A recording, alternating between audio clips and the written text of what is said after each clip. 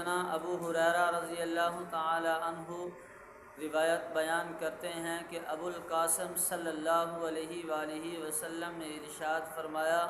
کہ ایک عورت صرف اس وجہ سے جہنم میں داخل کی گئی کہ اس نے ایک بلے یا بلی کو باندھ رکھا تھا اور اس نے نہ کچھ کھانے کے لیے دیا نہ ہی کچھ پینے کے لیے دیا، وہ زمین کے کیڑے مکوڑے کھاتی رہی، بالآخر مر گئی۔ فرمایا اس پر ابو بکر اور عمر گواہ ہیں، حالانکہ وہاں سیدنا ابو بکر صدیق، سیدنا عمر فاروق رضی اللہ عنہما موجود نہیں تھے۔ فرمایا ایک آدمی بیل پر سوار ہو کر جا رہا تھا تو بیل نے کہا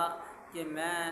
سواری کرانے کے لیے تو پیدا نہیں کیا گیا، بلکہ میں تو ہل چلانے کے لیے پیدا کیا گیا ہوں۔ فرمایا اس پر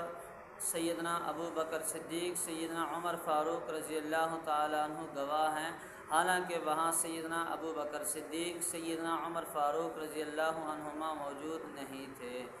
اور فرمایا کہ ایک آدمی، ایک چرواہا اپنی بکریاں چرا رہا تھا، ایک بھیڑیا آیا اور اس کی بکریوں پر حملہ آور ہوا، ایک بکری کو اٹھا کر لے گیا۔ وہ بکریوں کا چرواہا اس کے پیچھے گیا اور وہ اپنی بکری کو اس سے چھڑوا لایا، تو بکریوں کے چرواہے کو اس بھیڑیے نے کہا کہ درندوں کے دن ان بکریوں کا محافظ کون ہوگا؟ اس دن تو میں ہی ان کا چرواہا ہوں گا۔ اور رسول اللہ صلی اللہ علیہ وآلہ وسلم نے ارشاد فرمایا اس پر سیدنا ابو بکر، سیدنا عمر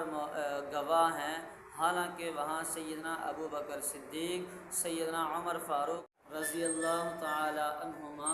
موجود نہیں تھے۔